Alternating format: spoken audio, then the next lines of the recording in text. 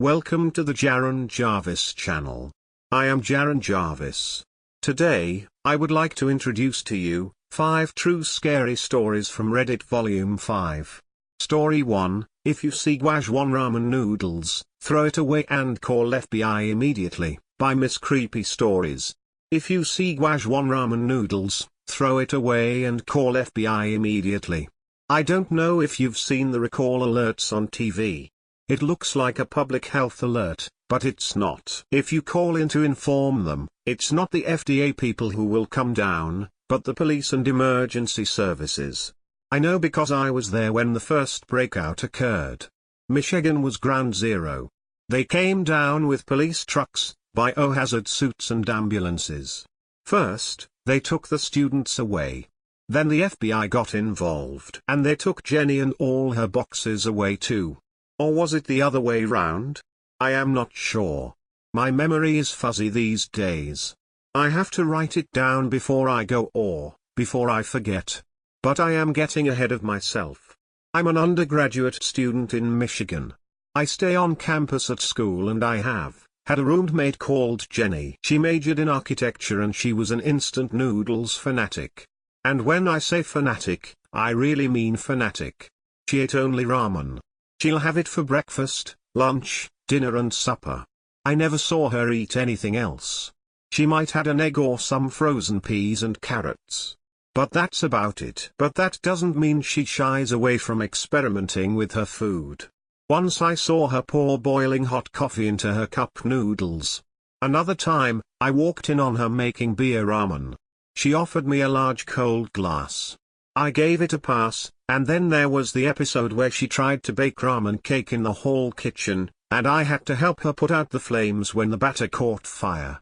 Otherwise, she was just a normal girl who likes anime, big spectacles and funk music. We became fast friends in residence hall and we had crazy times together. She had a YouTube channel where she does ramen reviews. She would live stream the entire review process. She would do a show, and tell of the ramen package and open it up. She would cook the noodles in it, eat it, critique it and rate it, all on live video. It was quite a popular channel. People all over the world would mail her their country's instant noodles for her to review. Bacon ramen from UK. Cheese curry cup noodles from Japan. Borscht packet noodles from Poland. Purple wheat noodles from Singapore. I even saw a cup of soft-shelled turtle soup noodles on her table once.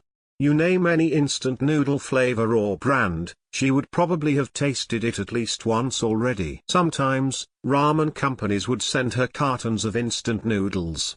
Her side of the room was always full of cardboard boxes of ramen. She would gift them to her YouTube fans or give the noodles away for free to her schoolmates or the hall residents. Her classmates and hallmates love her. Jenny was patient zero. I remember how it started. It was on a Tuesday at the beginning of the semester. I remember because it was the first day of my entomology class and I was fussing about having the right lecture notes printed that morning. I noticed a carton box by her bed that was marked with Korean words. The cardboard was already cut open, revealing packets of ramen inside it. Usually, I wouldn't have paid it any attention. But the noodle packets in this box caught my eye. Ramen packets were usually bright and colorful with pictures of steaming bowls of noodles, mushroom, chicken or whatever flavor they were about. But the noodle packets in this box carton were just plain white with some black print on it. Curious, I fished out a packet to take a closer look. There was just a black, bold Korean title on a white background, and the word Gwajwan in smaller print under the Korean characters. I looked up. Jenny was already slurping up noodles in front of her laptop, blasting some YouTube music video at her desk. "Keep it down," I said. "Natalie is going to complain to the resident assistant again."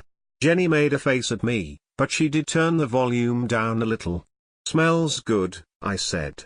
"The noodles smelt spicy and tangy like kimchi." "Came in this morning," she said, waving her chopsticks languidly at the box I was looking at. "Some new company I never heard of. Weird packaging." I flipped the white crinkly packet around in my hand. No list of ingredients and all that. It's one of those minimalist concepts, like Muji. She turned around, holding out the bowl in her hand. "Hey, this is really good. You wanna try some? Now I love spicy food.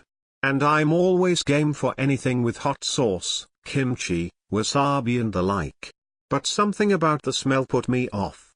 A sort of cold, refrigerated smell underneath the spicy scent. It was very faint, but I could smell it. I was surprised Jenny didn't mind it. Nah, I said, waving my entomology lecture notes ruefully. Heading out for lunch. Enjoyed the fruit flies. She grinned. I threw one of my soft toys at her before walking out. I didn't think too much of it. But I did notice that Jenny was having Guajua noodles more often than the other brands. I keep smelling it in our room. And always present was that faint, undefinable, freezer odor underneath the spicy tang of the noodles. Soon, the smell permeated the other floors of our residence hall too. I was in the hall pantry when I caught a whiff of it again. I turned around to see Mike removing his bowl from the microwave with a towel. "You're eating this too?" I asked, curious. "Did you get it from Jenny?" "No. Got it from Supermart," he said as he placed the steaming bowl carefully onto a plate. "Jenny gave me a pack earlier on. It was so lip-smacking good that I went to the mart to get more." And he was right. They were on sale at the campus mart. I watched the man in front of me unload armfuls of the noodles onto the cashier counter. "That good, eh?" I said to the cashier as I eyed the man walking off with his bags of ramen. The cashier laughed. "They are flying off the shelves. We can't stock them fast enough." She scanned my drink can with a beep. I tried some myself. They are really good. The rest of the semester passed rather uneventfully. The only thing that was even remotely notable was the flu bug going around the campus. It was so bad that lecture theaters were half-filled because so many students were ill. Jenny was sick as well. She had been feeling under the weather for a couple of weeks now. I checked in on her before I went to class. She was looking a little puffy around the face. The curtains in our room were drawn. "The light hurts her eyes," she said. She muttered something about her YouTube live stream. I told her to give it a rest. Her fans will understand. When I closed the door behind me, Jenny was fast asleep under the covers. I could barely make out her form underneath the blankets in the darkness of the room. I think it was the last time I saw the real Jenny. Natalie was in the corridor when I walked towards the hall's lift lobby. She gave me a dour face as she entered her dorm room next to ours. I ignored her. We got a break from her complaints this week because Jenny had stopped playing her loud videos. Class was barely half full today. A lot of the students called in sick. The professor looked resigned as she began her lecture. Which was a shame, because the class was interesting. It was a continuation of last week's lecture about fungal infection in ants. Zombie ants, Jenny would have said if she had been well enough to listen to me yak about it. On the bus back to my hall, I took out my mobile to watch a few videos on YouTube. I saw on the app notifications that Jenny was live streaming. I felt a faint twinge of annoyance. I had told her to rest. I tapped on her channel video just to see what she was up to. My mobile screen went dark for a moment. Then Jenny's face appeared. She looked like she had just woken up. Her hair was a mess, but she wasn't moving or talking. She was just staring fixedly into the camera, her mouth slightly ajar. Her face was so close to the camera that I could see her cracked lips. The video live chat was already abuzz with comments. "What's wrong with her? OMG, she's drooling gross. Does anybody KNW where she lives? She needs help. Where's my noodles? 20 minutes already and counting. Whatever she's having I want some too lololol." I called Jenny immediately.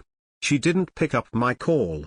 I dashed off the bus when it stopped at my hall. Something was wrong with Jenny. I hammered the elevator button with my hand. The lift was taking too long. I bounded up the stairs instead, my backpack bouncing on my back. I rushed to our room and flung the door open, out of breath. Jenny was sitting in the dark, hunched before the laptop. She didn't even react to my sudden appearance. She was just sitting there, very still. "Jenny?" I said, huffing. I strode in, leaving the dorm door wide open behind me. On hindsight, that action probably saved my life. I reached out a hand to touch her. But something made me pause. Jenny's hair was falling over her shoulder and I couldn't see her face. "What are you doing?" I asked tentatively, slinging my backpack down. She didn't reply. "Jenny?" I said again, my voice louder. She stirred. The light from the door fell on her hair, and it was then I noticed it. Her hair hadn't been combed and it was a tangled mess around her face. But I could see that there was something on her head. It was a little black stump sticking out from the matted hair on her head. It looked like a stalk. Jenny began to turn around slowly. Her face was pale and drawn, and she was drooling. But it was her eyes that froze me. I will never forget the look in her eyes as our eyes met. But I didn't have time to think, because the next moment, Jenny was lunging at me, her mouth wide open in a snarl and her hands outstretched in claws towards my face. I screamed and threw my bag up in front of me. She dove into me, slamming both of us into the wall. The only thing keeping her teeth from me was my backpack. Her eyes were bloodshot and wild above my bag. And her fingernails were scrabbling at me, scratching my face. I screamed again. "Jenny! Jenny! What's wrong with you? Jenny!" I heard Natalie's furious voice at the door. "Look! I told you to keep it down." Natalie never had a chance. Jenny turned and threw herself at the stunned girl standing in the doorway, sinking her teeth into Natalie's shoulder. Both of them toppled into the corridor. I don't quite remember what happened next. It was all a blur. There was blood all down the front of Natalie's blouse. She was shrieking in terror, beating at Jenny with her fists. And I was desperately yelling and pulling on Jenny's neck and shoulders, trying to get her to release Natalie. But she wouldn't let go. It was as if she had a ferocious death grip on Natalie's body. And all this time, I was staring madly at the stalk at the top of her head. It was thick and dark, with a little bulb at the end. It looked like some sort of deformed mushroom sprouting out of Jenny's hair. The campus security arrived within minutes, but it felt like forever before someone dragged me away from Jenny. They managed to pry Jenny apart from Natalie, but not before a good part of Natalie's shoulder came with her. I heard the ambulance siren blaring away downstairs. Natalie was already unconscious by then. There was blood all over the corridor. It was horrific. I don't know how much time passed as I stood there in shock, watching the paramedics and security officers rush around me. I heard a sudden burst of static. I turned around and stared at a security officer some distance away as his walkie-talkie chattered into life. He listened to it for a moment, jerked up straight and disappeared hurriedly down the corridor. It was a little far, but I overheard the message clearly. There had been another incident. I went back into my room amid the noise and turmoil. I sat down. My hands were trembling. I was trying to think. The stalk on Jenny's head. The biting. I shivered and clasped my arms around me. There was something gritty on my hands. I looked down at my arms. They were covered with some sort of dark dust. I jumped up and frantically tried to brush it off. A light caught my eye. Jenny's laptop. The camera light was still on. Her computer had been streaming live video all this time. Whoever was watching her video stream could see me. I walked over and slammed down the cover of the laptop. I don't know how much time I still have. I went into emergency mode. I grabbed whatever I needed. My wallet. My driver's license. Cash. Some clothes. My lecture notes. I stuffed it all into my backpack. My eye fell on the cardboard box by Jenny's bed. There were some packets in it. I don't know why I did it. But I grabbed a packet of the Guajuan noodles and stuffed it into my bag. I was out of the door in less than 5 minutes. I hit the elevator button at the lift lobby. The lift floor indicators on the wall lit up slowly one by one as the elevator came up. 1, 2, 3, 4. I couldn't wait. I turned and took the stairs. I was 2 floors down before I realized I had forgotten my passport. It was in my wardrobe. I headed back up the stairs. I was going to push open the staircase door to the corridor when I saw through the door glass panel that the floor was full of people. Not students. or campus security. Men in dark jackets talking into their walkie-talkies. Some had gloves on and they were holding large plastic bags. I could see my dorm door from where I stood. Some of the men were entering my room. The words FBI were emblazoned on the back of their jackets. The loudspeaker came on. It was the dean's voice. The campus was in lockdown mode. Everyone was to stay in their rooms. I took off for the car park where my car was. It was chaos at the ground floor. There were ambulances and police trucks in the entranceway. There were people in biohazard suits, ushering students out, some of them in wheelchairs. The students looked pale and listless. I saw one of them being carried out on a stretcher. His head was turned to the side. There was a black bump on the top of his blonde head. I backed away. Nobody paid any attention to me in the chaos as I unlocked my car and tossed my backpack in. I was sweating heavily by then. I can make it, I can make it, I muttered to myself as I slid into the car seat. Hey, you can't leave. I looked up. It was the campus security guard. His hand was on my open car door. I need to go, I muttered. I have to go. But he wasn't listening to me. His other hand was moving to his walkie-talkie. You should go too, I said abruptly. Loudly. He stopped and gazed down at me, surprised. What? Half of them are sick, I said. I think my voice shook a little. I looked up at him, my eyes wide. You should go now. He stared down at me. Something flickered in his face. Uncertainty. Fear. He knew. He knew what I was talking about. He hesitated, his walkie-talkie paused in mid-air. I took the chance. I started the ignition and stepped on the accelerator. He jumped away in surprise. His hand fell away from my door. I slammed the door shut as I drove out of the parking lot. I looked in the rear mirror as I sped out of the car park. He was just standing there with the walkie-talkie in his hand, looking after me. I drove for 10 hours to my aunt's place in Kansas. I kept the radio on, listening for any news about the school. There was nothing. Zilch. Nothing on the air about any incident or epidemic in the campus I left behind. During meal breaks, I stopped at gas stations and chewed on burritos in my car while I feverishly flipped through my lecture notes in my bag. The Stork. I had seen it before. It was on the projector screen in the lecture hall. The Ophiocordyceps fungus infiltrates the ant's body and head, but leaves the brain relatively untouched. The neurons in the ant's body begin to die and the fungal cells insert themselves in their place. This is effectively a hostile takeover of the ant body.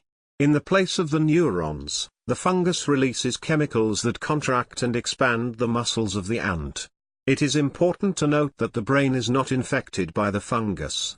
It is speculated that the ant brain is still aware and is a prisoner in its own body as it watches the fungus manipulate its limbs. I stopped reading. I remembered Jenny's eyes. The way she looked at me as she lunged towards me. I opened the car door and vomited everything I ate onto the side of the road. There was a creek next to the road. I threw out the backpack into the water before I drove away. I have no idea why I did that. My wallet and everything else I had was inside that bag. That was 2 weeks ago. My aunt let me stay at her place. I told her that it was semester break. My parents are in Florida. It's far enough. Or so I tell myself. I scoured the news every day. There was just a brief news flash about a mass food poisoning in my school. I gripped my fists. They are not telling the truth about what happened in the campus. Then I saw the product recall alerts. The word Dwajwan flashed on the television screen. I felt my blood chill. It was contained, I keep telling myself. The government will take care of it. I tried not to think about it. But yesterday I saw something that changed my mind. That was what prompted me to write this down to warn you. I was taking out the trash yesterday when I saw the bird. It landed on the fence a few feet away from me. It had a stalk on its head. Just like Jenny. It flew away when I threw a rock at it. I watched it squawk and wheel away in the air to join the other birds in the sky. I walked back into the house. The news was on. Something about rats biting each other. I switched off the TV and drew the curtains. I sat down on the couch and started shaking. It was supposed to be safe. Kansas was supposed to be safe. The FBI and the police took care of it. They took away all of Jenny's boxes, didn't they? I have so many questions. Is it contagious? A virus? Some sort of parasite? Can it spread by proximity? What if it gets into the food chain? Where can we be safe from it? And why is the FBI involved? I don't know. I have no answers. I only know that the world is going crazy. And that I am not feeling myself these days. I am tired. My face looks a little puffy. The light hurts my eyes. I am going to lie down now. But I have one piece of advice for you. If you see Guajwan ramen noodles, throw it away and call FBI immediately. Just throw it away. Story 2, The Stillbirth Lie, by Tobias Wade. Time of death, 10:27 a.m. Dr. Francis turned his back on the exhausted mother, the tiny body shielded in his arms. The sound which escaped the mother's body was more like a wounded animal than a human, raw emotion without words. She reached toward the small bundle, but the doctor turns sharply and walks from the room. "Let me see him at least. Just for a moment," she cries. "It would be too hard on you," the doctor says, pausing at the doorway. "Try and get some rest. You've had a long day." And he was gone, carrying the child with him. I've been a nurse at Mercy Hospital for 2 years. I've seen more than my fair share of tragedy and heartbreak. I've seen grown men blubbering like babies, amputated limbs, inconsolable children with incurable disease, but this was a first for me. I've never seen a doctor pronounce a child stillborn with a hand over its mouth to suppress its cries. The baby was still squirming in his arms as he carried the little boy from the room. The doctor must have had a reason though, right? He noticed something was wrong, something fatal, and he thought it would be easier for the mother to bear this way. It just seemed so cruel. I had to confront him in the hallway outside. "Where are you taking him?" I asked. "B1. The morgue." A feeble cry escaped the child's lips, but it was drowned out by the swelling wail from inside the maternity room. The doctor wrapped the tiny form in his lab coat and hustled off at a quickened pace. "You can't seriously. I could have you fired, you know." Dr. Francis said it as casually as though commenting on the weather. "All I'd have to do is tell the administration about the time you molested an unconscious person. That never happened. What you're doing now though? Just your word against mine then, isn't it?" He was stopped at the service elevator. The down arrow lights up. And who do you think they'd believe? A lifetime veteran and beloved family doctor, or some sketchy nurse trying to save his own skin? The elevator opened and he stepped inside. He readjusted to tuck the bundled child under one arm. I tried to enter with him, but he blocked my path. "Don't be an idiot, okay?" he said. "You can trust me. I know what I'm doing." "Yeah, because stealing a child and threatening an innocent witness is totally trustworthy behavior. This is for their own good. Them and their parents." "Them? How many are there?" He grinned as the door closed. The shifting light seemed to highlight his teeth into something like a snarl. The elevator whirred down. I helplessly mashed the down arrow, but there was only one shaft and I'd have to wait.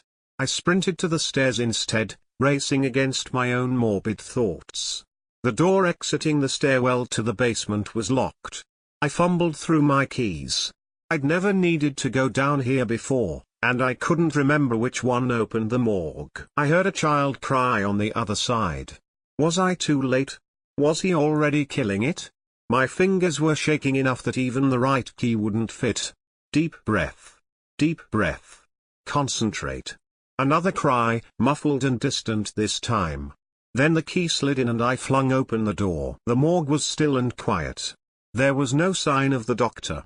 I searched the room for several minutes, but the cold dead air seemed to mock the very possibility of what I'd seen. I probably would have given up and left soon, but a rattling sound froze me in place. It was coming from inside one of the body drawers. It was beginning to open from the inside. I leapt across the room to hide behind an upright supply cabinet just in time before the drawer opened. Dr. Francis crawled out and closed the drawer behind him. He straightened his lab coat, looked from side to side, and then proceeded to the elevator. The child was gone.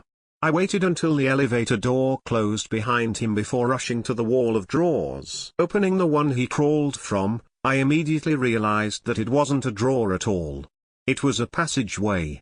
Fresh wails from the other side prompted me to lie flat on my stomach and crawl through the tight metal space. The crying got louder as I went, until after about 10 feet I emerged into a room I'd never seen before. Candles lined the walls with long lines of melted wax to mark their enduring vigil. Occult symbols were splashed on the floor in a dark liquid I preferred not to speculate about.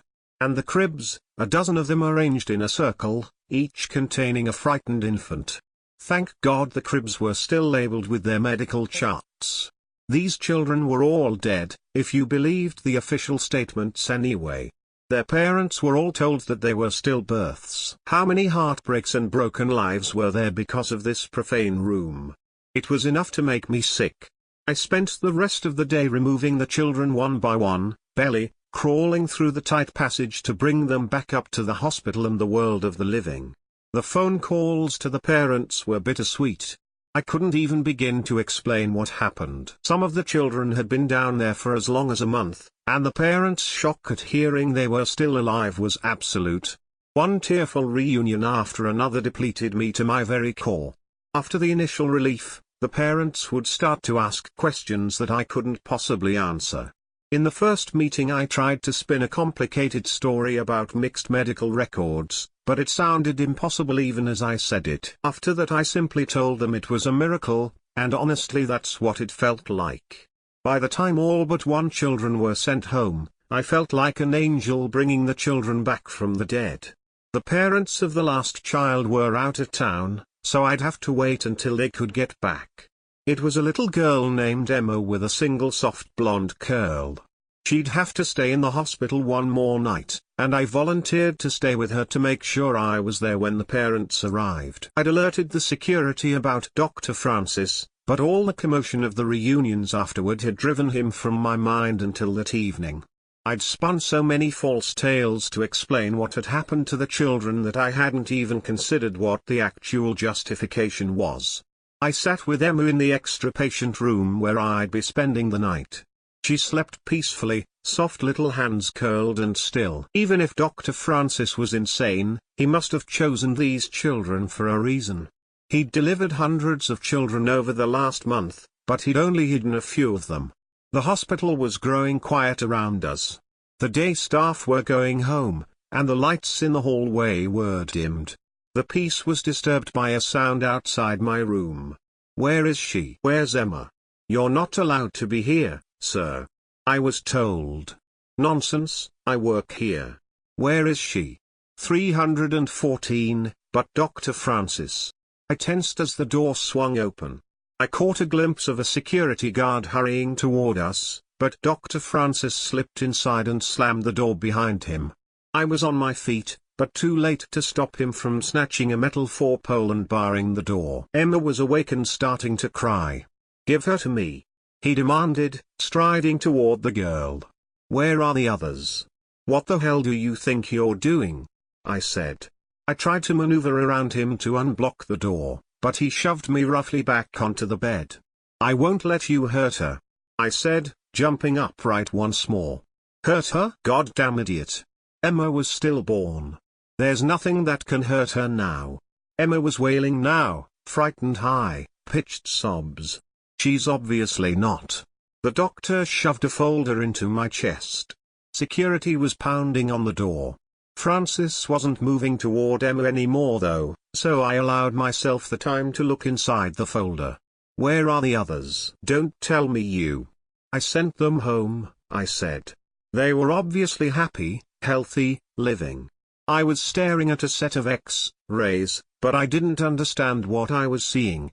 The outline looked like a child, but there was something like an eel or a snake coiled tightly within, filling the entirety of the body. Emma wailed louder as the door rattled harder. "Can't you hear how scared she is?" I demanded. "You've got to stop this." "Her mouth is closed," the doctor replied. "What?" The wail intensified into a shrill shriek, although it still sounded muffled. But he was right. Emma's mouth was still closed. "She isn't crying," he said, his voice softer now but still audible because of the terrifying intensity. "Dead children can't cry, but the thing inside them can." Emma was starting to squirm. Not just her arms and legs either, it was more like the skin was being pushed from something within. "Do you want to call the parents, or should I?" he asked. Story 3, I Break into Homes. Possibly yours. By Hesed Adverbsly. I break into homes. It's a compulsion. Houses, apartments, mansions, trailers. I don't care what you live in. Transgression entices me. We're born into the world with no laws written into our brains. All of that has to be learned. And it's strange to me, why should someone else claim that a particular piece of the earth is theirs? That they have dominion over it? I never agreed to this rule. Maybe you do. Maybe most do. That's probably why the world works. But none of you asked for my consent. So I go into your homes. I run my fingers over precious things. I pick up fragile glass statues and carelessly toss them into the air. Sometimes I drop them. I lick silverware and put them back in drawers. I open all doors. My fingerprints are everywhere. I'm not careful. That's not the point. What I mean to do is recognize a boundary. See where someone does not want others to be. And then to transgress.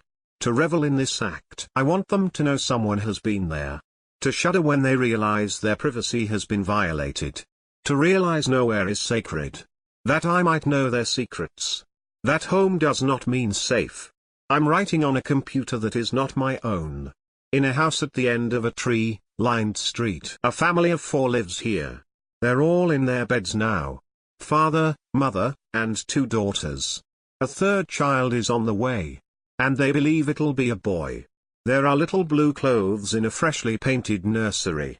I took a pacifier and ran it over my skin.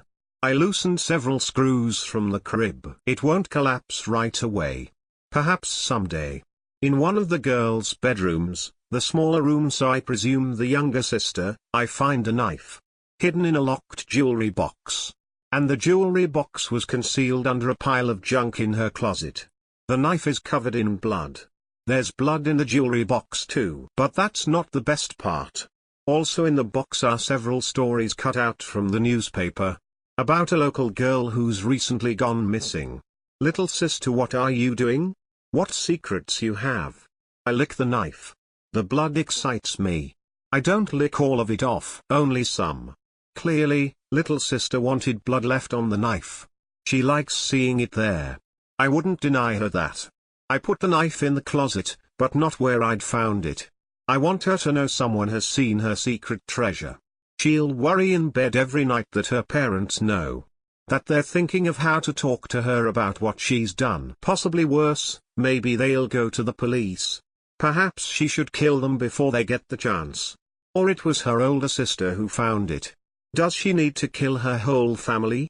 Will she use the same knife for all of them? Or a different one for each member of her family? Start a collection. Oh, little sister, I can't wait to see what you do. What boundary will you transgress? Story 4, I Found Her on the Side of the Road. By Seabiscuit 131. It was almost midnight, and I was driving home from a late shift at work.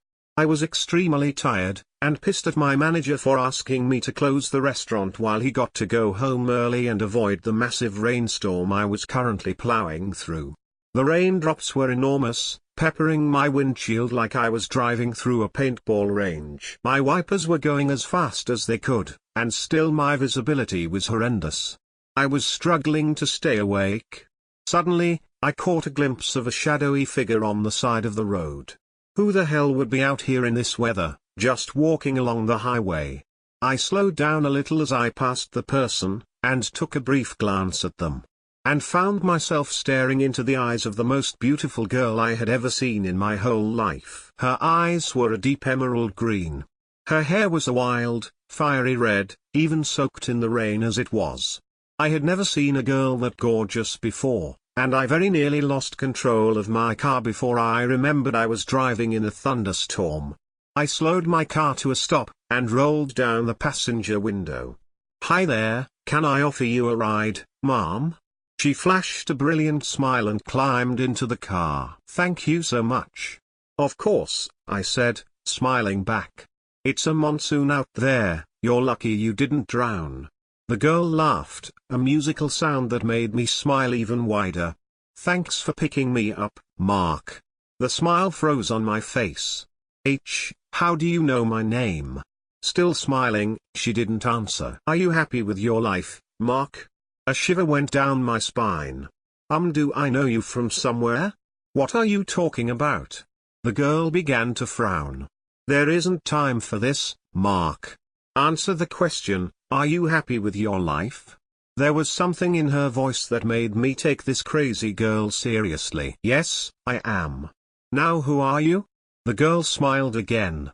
The engine of my car suddenly died, and we came slowly to a stop. The girl got out of the car. I was extremely confused. "Where are you going? What is happening?" She leaned down and looked me in the eyes. "Don't go to work tomorrow, Mark." She then shut the car door and walked off into the rainstorm. "Wait!" I yelled. I tried to start my car, but it wouldn't go. I threw open my door and dashed out after her, but the girl was gone. Thoroughly confused and very frightened, I got back into my car. This time the engine started, and I made it home. All along the way, I kept an eye out for the mysterious girl, but she had disappeared completely. The next morning, I awoke with a headache and wondering if it had all just been a dream. I was getting dressed for work, when I swear I heard her voice in my head again. "Don't go to work tomorrow, Mark." I froze. I knew I was being crazy, that I would probably get chewed out by my manager, but I decided to stay home. I tried calling him, but he didn't answer his phone. I spent the day browsing Reddit and feeling like an idiot and worrying about losing my job. I was dozing on the couch watching Netflix that night when my friend Amy called. "Yo, what's up?" I said, answering the phone. "Oh Mark. You're okay." Amy gasped, and immediately started bawling. It took me 10 minutes to get her to calm down and explain what she meant. The restaurant I worked at had burned down, with a dozen people inside. The police determined that my manager had set a fire in the kitchen and tried to make it look like an accident to get the insurance money.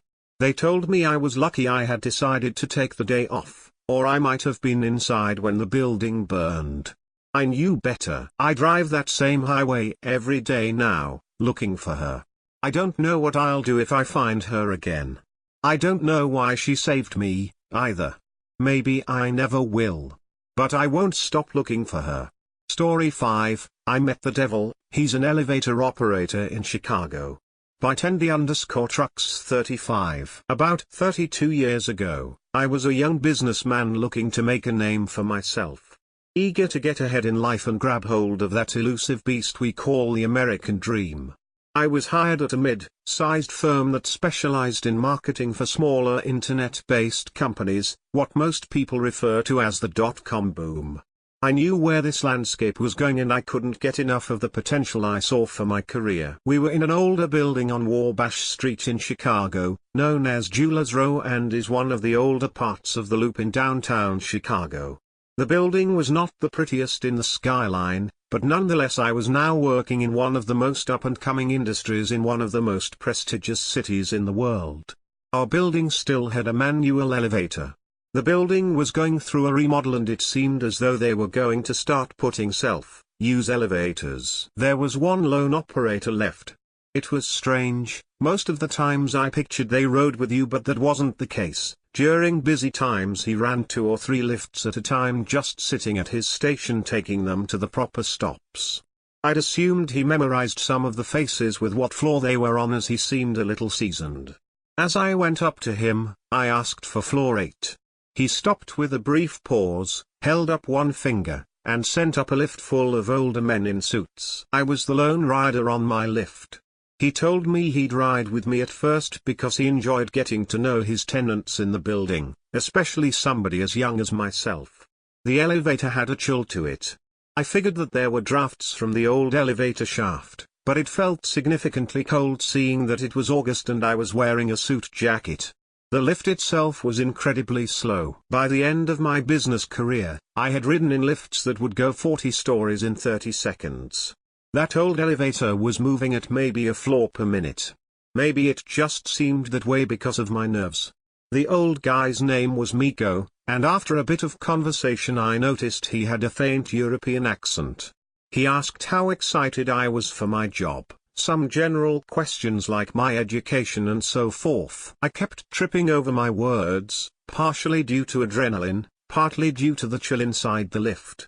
Quickly, around the time we got to the 6th floor, Miko said something that stuck. His eyes changed. I don't know how to describe the change. They didn't dilate, change color, or gloss over. Suddenly, Miko seemed as if he was focused on something 1,000 miles away. He said, "Work hard and learn as much as you can.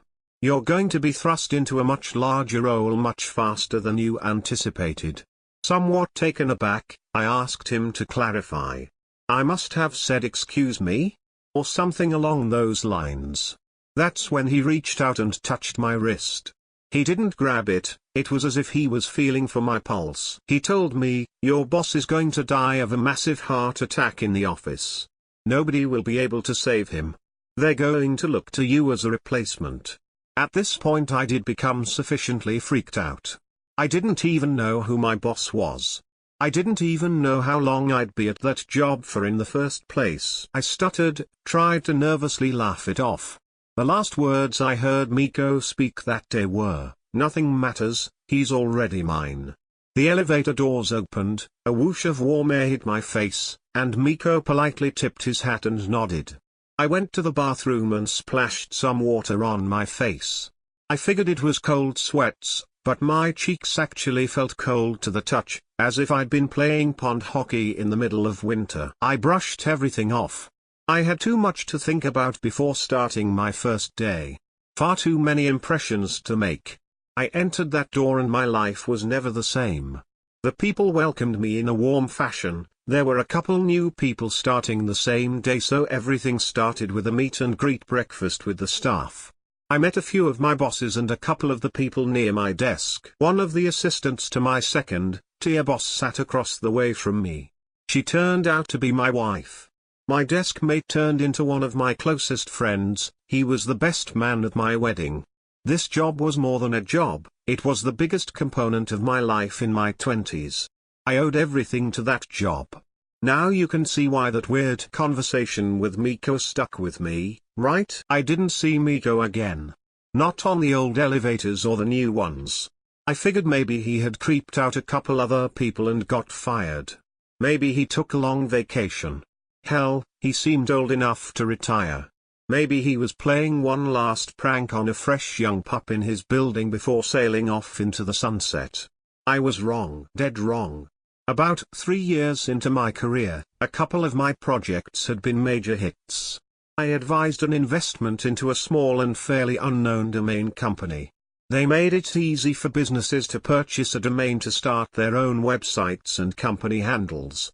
That business turned into GoDaddy, but that's a different story. I was red hot. I was picking the right investments, I was completing projects ahead of schedule and helping the company rake in the cash. I had already proposed to my bride-to-be. We were planning on using my bonus to cover the wedding. What a simple time that was, when a small yearly bonus could cover majority of a wedding. I digress. I swore I caught a glimpse of Miko one morning. Just as the elevator doors closed, I thought I saw his grizzled jaw and dark eyes trying to catch the door from about 10 feet down the hall. I didn't hold the door, nobody really does that. Besides, I had a meeting. I checked my watch as the lift climbed. 4, 5, 6. You should have held the door. I turned around quickly. It was that faint European accent. I swear, it was his voice. I noticed the hair on my neck standing up with a slight chill. I was scared to turn back around to face the door. I could feel somebody standing there. I clenched my jaw, swallowed, and turned around. Ding. The elevator hit floor 8 and the doors opened. Nothing, nobody, nada. Crazy. You're going crazy. It's what I told myself. It had been a lot of late nights and you're just losing it. I mentally buckled down and headed into my meeting. I was third up to give my presentation. My best friend was giving the initial warm-up, my boss was addressing budgetary constraints, and I was going to close the investment by outlining the big picture sales. I never got to close the sale. The only thing that closed that day was my boss's left anterior descending artery, also known as the widowmaker. He grasped his chest in the middle of his sentence, dropped to a knee, and was dead before the medics arrived. He was 37. As the medics wheeled out the body on the gurney, I couldn't help but notice the elevator they took him down in was the exact same lift I used on my first day, when Miko gave me that 1,000-yard stare and told me exactly what would happen. The second half of his prophecy came true a couple days later when I was promoted to the vacant position. I didn't want it, but it was sort of forced on me. I was planning a wedding and did not need the extra stress. But I really didn't get a say. My second run-in with Miko was about 12 years after my promotion, 15 years entirely after our first and only real meeting. Same building, newer office, much different staff. My wife was now a stay-at-home mom with our 2 kids. My best friend had taken a job at a sister office of our company in New York City. Things had changed, I was the old-timer in the office. My hair starting to show bits of silver. My dress code was a little more laxed and my bag was much more worn down. I caught my elevator and was lucky enough to get one alone. Those few minutes of quiet in the morning are a blessing. If you've worked in a big city you understand. We were now on the 19th floor. Growth in the company got us a much larger space, but the longer ride up got old every now and then. Right as the doors close, the small jolt of the elevator buckles my knees. I get that instantly familiar cold rush around me. I look to my right and there stands Miko, not a day older than he was 15 years ago. I can see my breath as I'm breathing and trying to wrap my mind around everything that has happened within a matter of seconds. With almost no transition, Miko is staring directly into my eyes but seems to again be looking through them. He says to me, "Answer that phone call today. It'll be the last one you get. He's already mine." And just as those last syllables echoed in my head, he was gone. No hat tip this time. No touch on my wrist. Just gone. I convince myself, this has to be a dream or hallucination. It can't be real. The day that I saw Miko was September 11, 2001. Our sister office was in the North Tower. I watched a plane fly into that tower on live TV. All I could think about was my best friend and if he had gotten out. The entire morning was chaos for anybody involved. People in the city were scared shitless because nobody knew if planes would be heading towards any of our buildings. The entire nation collectively held their breath waiting for any news at all. I didn't get a phone call until about 4 p.m. that day. The news and city of New York were still a wreck. But there was my friend calling me. I was scared to answer. I was so scared to answer because I didn't know if it would be him or a first responder on the other line. I answer with a shaky voice to hear my friend. Alive and well. My knees gave out from the worry, but I was happy. Totally 100% happy to hear his voice. I brushed off my weird experience with Miko, chalking it up to some weird vibe that had been in my head. The next morning I'm woken up by a phone call. It was a New York number. Apparently, I was first on his emergency list for the company contact information. My friend was dead. He had gone home, fell asleep, and the stove burned his house down. The first responders were so jammed up from the plane crashes that they did not get to him in time. He was a charred crisp of a human by time they arrived and put the fire out. The weakness in my knees returned, but this time for a few different reasons. All I kept hearing over and over was the phrase "he's already mine." In Miko's stupid fucking Euro trash accent. It was hard to keep it together with everything happening at once. I took time off work, as did a lot of people. I tried my best to put Miko out of my mind. My final encounter with Miko was about 7 years after 9/11. My kids were about 11 and 8 at that point. My wife worked part-time here and there while they were in school. I was still working the same job in the same office at this point. I had absorbed more responsibility, really caught hold of that American dream and ran with it. I was high up in my initial company and was looking forward to being more than halfway done with my career.